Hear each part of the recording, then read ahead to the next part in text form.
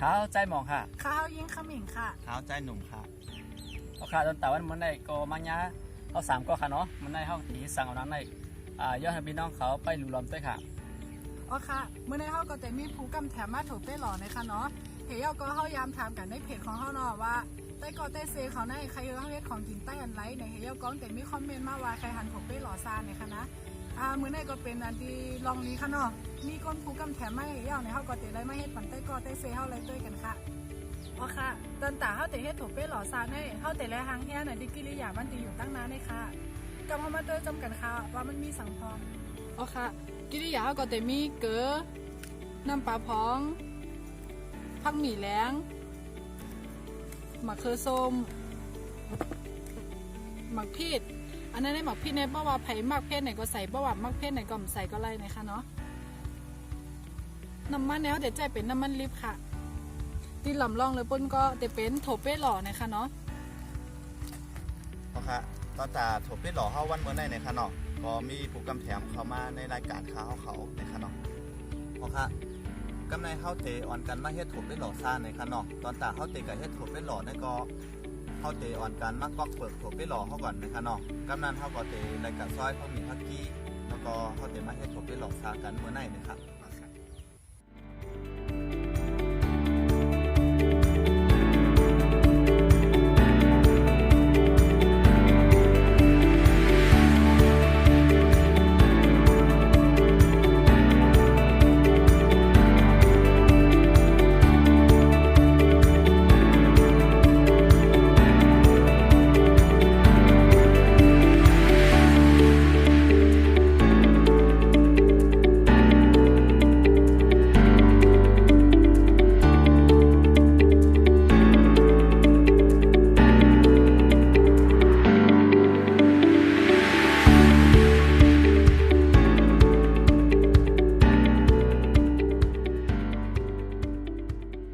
ค่ะถูกเป็นหล่อเขาค่ะก็เลยก็ปึกไว้ยาวค่ะเนาะ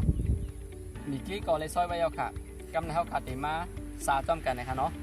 ค่ะถูกเป็นหล่อเขาค่ะก็หางแห้งยาวค่ะเนาะอ่อนตั้งสู้ทัดเดใส่น้ำนะคะเนาะถ้าเฮมันย่ำนะคะเนาะที่สองเกลือค่ะ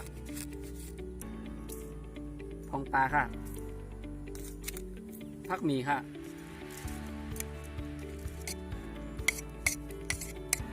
หมักพริกนะคะเนาะกำลังส่วนนะคะเนาะมะเขือส้มค่ะน้ำมันในติดได้เจอน้ำมันลิบนะคะเนาะเอาค่ะใส่ให้มันดีค่ะเนาะกำลังเขาก็ติดได้มากโคนให้มันเข้ากันเลยค่ะ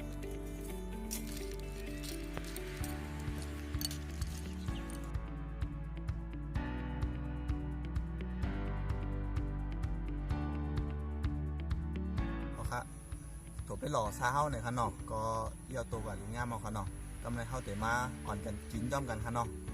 ค่ะจะหมอกไห่ต้าจะหมอกจะทำเป็นการ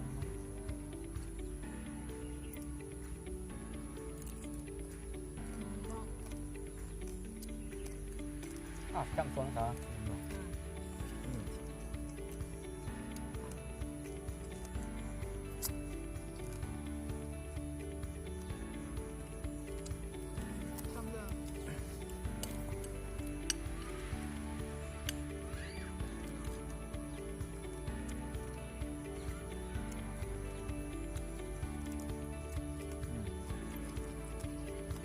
รอครับ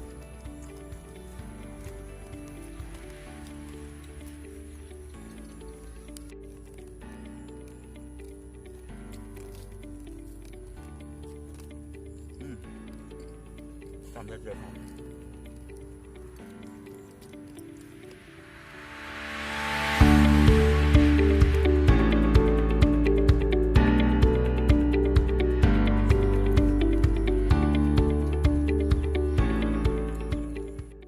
แต่วันเมื่อไหร่ค่ะเนาะก็ถบได้หลอดซาเขาก็ระยกตัวนี้น้ำขาวหนึ่งค่ะเนาะสองว่าพี่น้องเขาเจอใจคลิปวิดีโอไหนก็อย่าไปลืมเต็กปัน